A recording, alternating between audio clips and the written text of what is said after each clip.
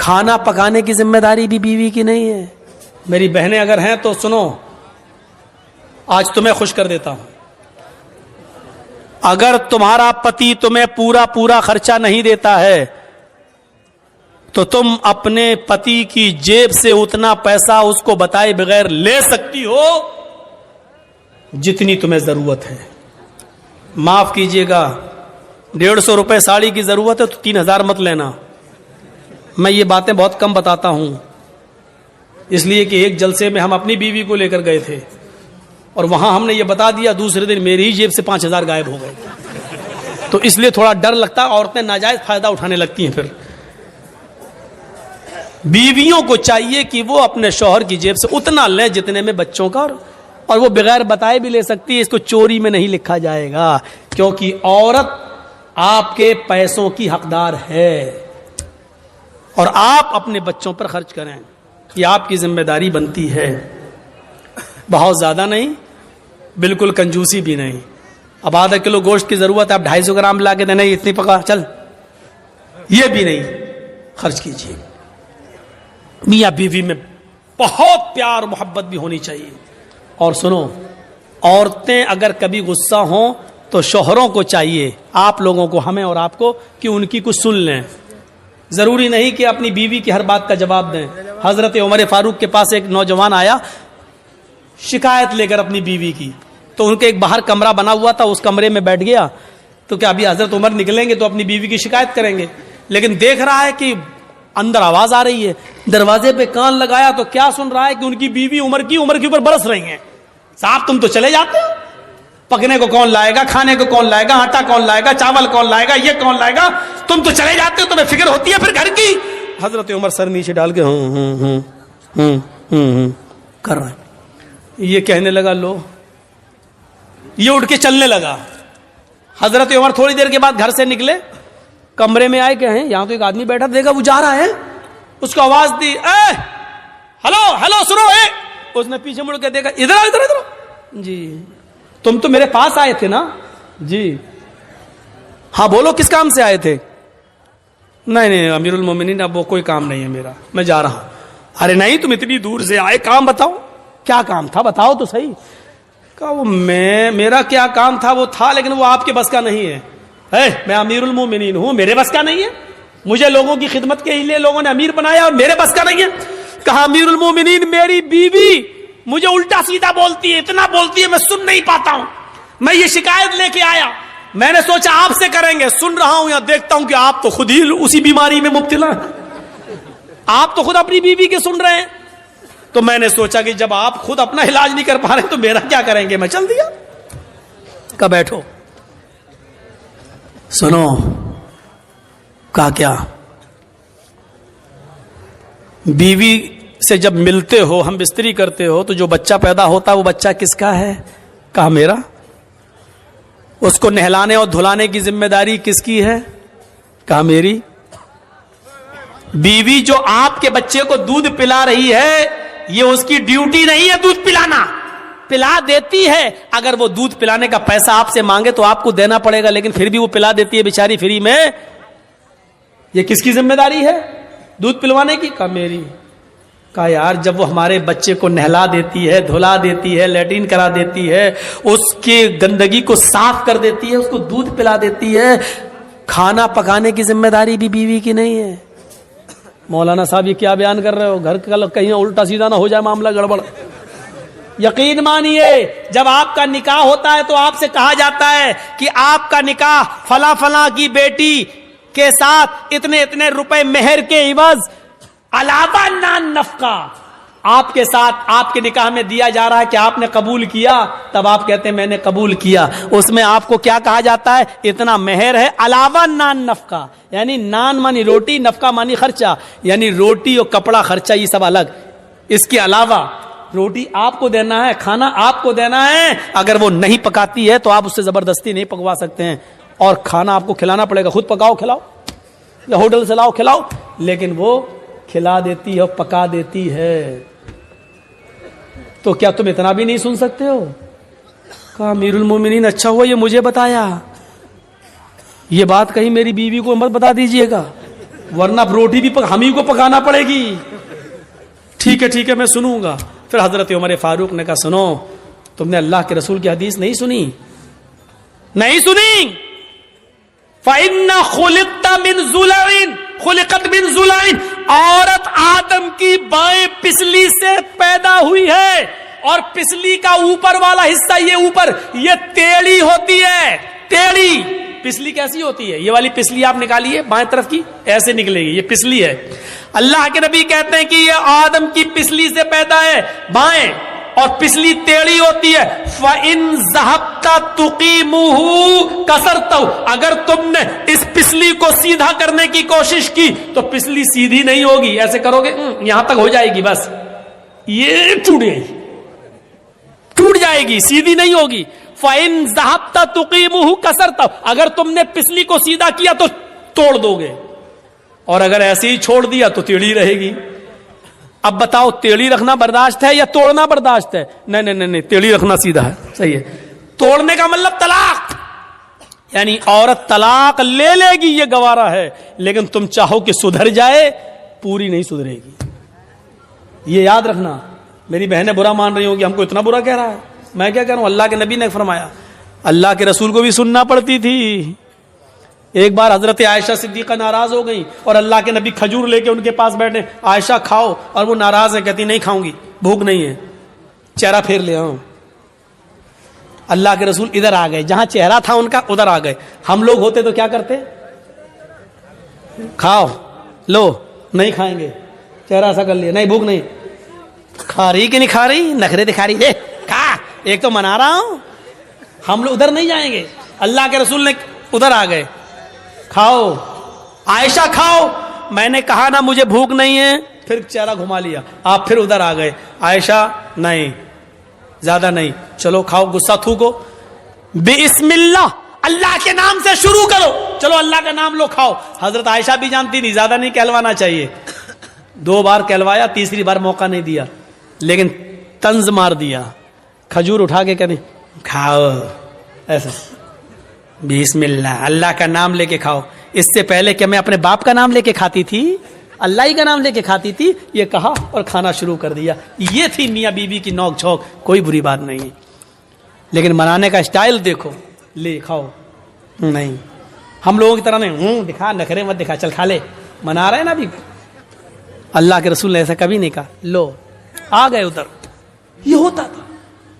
حضرت عمر نے کہا, اگر اللہ کے نبی نے کہا اگر تم اس کو سیدھا کرو گے تو ٹوٹ جائے گی, اور ایسے ہی چھوڑ دو گے تو ٹیڑھی رہے گی. یعنی کچھ ٹیڑھا پن منظور کر لو, عورت کے اندر کچھ کمیاں ہیں برداشت کر لو, لیکن سیدھا کرنے کی کوشش کرو گے تو ٹوٹ جائے گی, طلاق ہو جائے گی. کتنی بہترین چیز بتائی.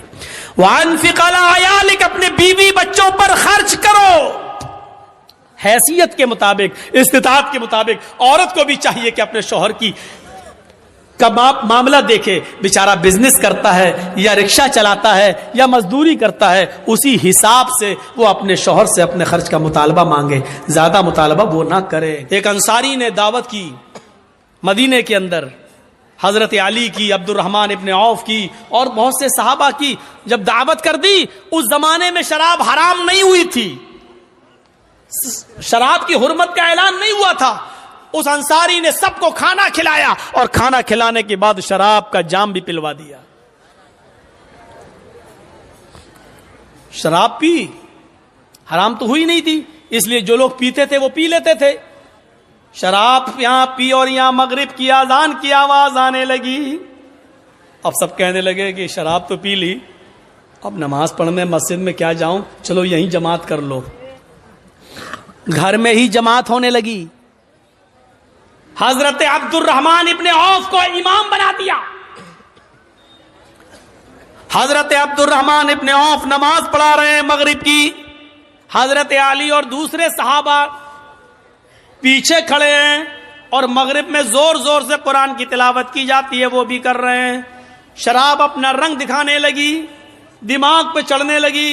اور یہاں قرآن کی آیت پڑھ رہے ہیں الحمدللہ رب العالمین الرحمن الرحیم مالک یوم الدین ایاک نعبد و ایاک نستعین اہدنا الصراط المستقیم صراط الذین انعمت علیہم غیر المغضوب علیہم ولا الضالین.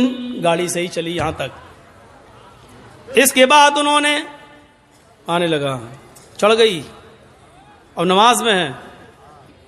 بسم اللہ الرحمن الرحیم, اب قرآن کی سورت شروع ہو گئی. قل یا ایھا الکافرون لا اعبد ما تعبدون. قرآن کی آیت یہی ہے, لیکن یہ کیا پڑھ رہے ہیں نماز میں؟ قل یا ایھا الکافرون نحن نعبد ما تعبدون. بالکل معنی ہی الٹ دیا. ترجمہ کیا ہوا؟ قل یا ایھا الکافرون, اے محمد صلی اللہ علیہ وسلم کہہ دو اے کافرو, لا اعبد ما تعبدون, میں ان جھوٹے خداؤں کی پوجا نہیں کرتا جن کی تم کرتے ہو. یہ ہے ترجمہ. لیکن انہوں نے کیا پڑھ دیا؟ نحن نعبد ما تعبدون. اے محمد صلی اللہ علیہ وسلم کہہ دو کہ اے کافرو, میں بھی ان جھوٹے خداؤں کو پوجتا ہوں جن کو تم پوجتے ہو, میں بھی ان کی عبادت کرتا ہوں جن کی تم کرتے ہو. معنی ہی بدل گیا. اللہ اللہ کر کے کسی طرح نماز ختم ہوئی. وہاں اللہ کے نبی کے اوپر قرآن کی آیت نازل ہوتی ہے, یا ایھا الذین آمنوا لا تقربوا الصلاۃ وانتم سکارى حتی تعلموا ما تقولون. اے ایمانوں والو, تم نماز کے قریب مت جاؤ جب تم نشے میں ہو. یہ آیت نازل ہو رہی ہے اللہ کے نبی کے اوپر. اے مسلمانوں, اے ایمان والو, تم نماز کے قریب مت جاؤ جب تم نشے میں ہوا کرو. تو نماز کے قریب مت جاؤ, اس وقت تک نہ پڑھو جب تک کہ تم ان باتوں کو سمجھنے نہ لگو جو تمہارے منہ سے نکل رہی ہیں. تمہیں خود نہیں معلوم لا اعبد ما تعبدون پڑھنا ہے کہ نحن نعبد ما تعبدون پڑھنا ہے. تم سمجھ ہی نہیں پا رہے ہو. جب تک تم اپنی زبان سے نکلنے والے جملے اور ورڈز کو سمجھنے نہ لگو تب تک تم نماز نہ پڑھو. صحابہ کے ضمیر جھنجھڑ گئے, یا اللہ, یہ شراب اتنی خراب چیز ہے کہ اللہ تعالیٰ نے نماز جیسی عبادت کو ملتوی کر دیا. یعنی شراب اگر پی لیا کرو تو نماز مت پڑھو جب تم نشے میں ہو. یا اللہ, ایسے کیسے ہو سکتا ہے کہ میں نماز کے لیے شراب چھوڑ دوں, شراب پیوں, شراب نماز چھوڑنے کے لیے شراب پیوں؟ نہیں نہیں نہیں, شراب چھوڑ سکتا ہوں لیکن نماز نہیں. اس آیت نے ان کے ضمیروں کو جگا دیا. مسلمانوں, ایمانداری کے ساتھ بتاؤ, ہمارے ضمیر کتنے جاگے ہوئے ہیں شراب کے تعلق سے؟ کتنے؟ چلیے آئیے میرے ساتھ بامبے کا سفر کریے, ٹاٹا ہاسپٹل چلیے. میں نے اپنے چچیرے بھائی کا, پھپھیرے بھائی کا علاج 11 سال تک کرایا ہے ٹاٹا ہاسپٹل میں, اور 11 سال کرانے کے بعد بھی اللہ کے حکم کے آگے کسی کی نہیں چلتی. اور 11 سال کے بعد جب اس کا دوبارہ پیر کا آپریشن ہوا تو 3 مہینے کے بعد اس کا کینسر اوپر تک بڑھ گیا اور پھر ہم نہیں بچا سکے. وہی ہوا جو اللہ کو منظور تھا. ٹاٹا ہاسپٹل گواہی دے گا کتنے لوگوں کے لیور میں کینسر شراب کی وجہ سے ہوتا ہے, کتنے لوگوں کی آنتوں میں کینسر شراب کی وجہ سے, اور کتنے لوگوں کی کڈنی خراب ہوئی ہے, ان میں کینسر ہوا ہے شراب کی وجہ سے. یہ ٹاٹا ہاسپٹل کی دیواریں لکھی ہوئی ہیں, بتا رہی ہیں, اور وہاں کے ڈاکٹر آپ کو گواہی دیں گے. میرے بھائیوں, شراب کینسر کی بنیادی بیماری کی جڑ ہے. یہ لیور کا کینسر کر دے, یہ دماغ کا کینسر کر دے, یہ آنتوں کا کینسر کر دے, یہ کڈنی کا کینسر کر دے. یہ جس خون میں دوڑتی ہے کس حصے کو کینسر کا پیشنٹ بنا دے, یہ کچھ نہیں کہا جا سکتا ہے. اللہ کے رسول نے اس کو ایسے ہی حرام قرار نہیں دیا ہے, اس کو چھوڑیے. ایک صحابی ہیں, شراب حرام نہیں ہوئی ہے, انہوں نے زیادہ پی لی ہے, اور زیادہ پینے کے بعد پھر وہ اپنی بیٹی کو پکڑ لیے, ہاتھ پکڑ کر کھینچنے لگے, اپنے روم میں لے جانے لگے جہاں وہ اور ان کی بیوی سوتی تھی. بیوی نے دیکھا کہ میری بیٹی کا یہ کھینچ رہے ہیں میری بیٹی کو, تو وہ آئی اور اپنی بیٹی کو بچاتی ہیں, اور شوہر کو دھکا دیتی ہے, پتی کو کمرے میں بند کر دیتی ہیں. جب نشہ اترتا ہے تو وہ دروازہ اندر سے پیٹتا ہے, یہ دروازہ کھولتی ہے, وہ صحابی اپنی بیوی کو مارتے ہیں اور پیٹتے ہیں. جب بیوی پٹ چکی تو کہنے لگی تھک گئے ہو کیا اور نہیں مارو گے؟ پھر اس نے اپنی بیوی کو گلے سے لگا لیا اور کہا تم جانتی ہو کہ تم نے مجھے بند کر دیا اس لیے میں نے مارا. ہاں مار تو لیا لیکن پوچھا نہیں کہ کیوں میں نے بند کیا. آج تم نے شراب کچھ زیادہ ہی پی رکھی تھی. کہا وہ تو ہو جاتا ہے کبھی کم کبھی زیادہ, اگر پی لی تو کیا ہوا؟ نہیں میرے ہسبینڈ, نہیں میرے پتی, آپ نے آج اتنی پی لی کہ آپ بیوی میں اور بیٹی میں انتر نہیں کر سکے, فرق نہیں کر سکے. آپ نے اپنی بیٹی کا ہاتھ پکڑ کر کھینچنا شروع کر دیا, اس کے ساتھ گندا کام کرنے کا ارادہ کر لیا. اگر میں وقت پر نہ آتی تو بیٹی کی عزت لٹ جاتی, بیٹی کی عزت تار تار ہو جاتی. صحابی یہ جملہ سنتے آنکھوں میں آنسو آ جاتے ہیں, زاروں کی تار روتے ہیں, آسمان پہ نظر ڈالتے ہیں کہ اللہ یہی جملے سننے کے لیے تو نے مجھے زندگی دی ہے, کیا یہی مجھے سننا باقی رہ گیا تھا؟ یہ زمین پھٹ جاتی, میں زمین میں دھس جاتا, آج کے بعد کون سا چہرہ لے کر میں اپنی بیٹی کے سامنے آؤں گا؟ پھر کہنے لگے اللہ تو گواہ رہنا, آج کے بعد میں شراب کو ہاتھ نہیں لگاؤں گا. جب شراب حرام نہیں ہوئی تھی, شراب پینے کی گنجائش موجود تھی, جب حرام نہیں ہوئی تھی تو لوگ اس کا نقصان دیکھ کر ہمیشہ چھوڑنے کی نیت کر لیتے تھے, قسم کھا لیتے تھے کہ ہم اس کو ہاتھ نہیں لگائیں گے.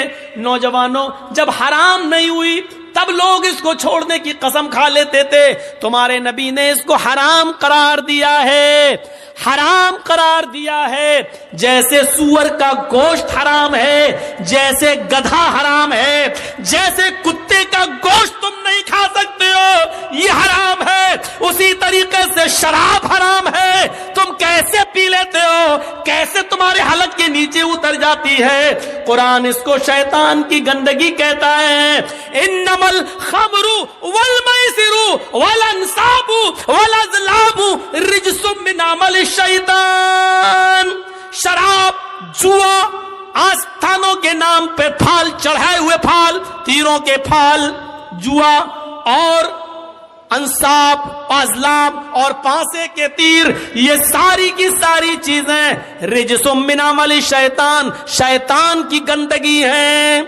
اللہ نے یہ نہیں کہا حرام, رجس من عمل الشیطان, شیطان کی گندگی ہیں. ایک انسان اپنی گندگی نہیں کھا سکتا ہے, دوسرے کی گندگی کھانا تو بہت دور کی بات. آپ نے یہاں لیٹرین کی کھا کے دکھاؤ, نہیں کھا سکتے ہو.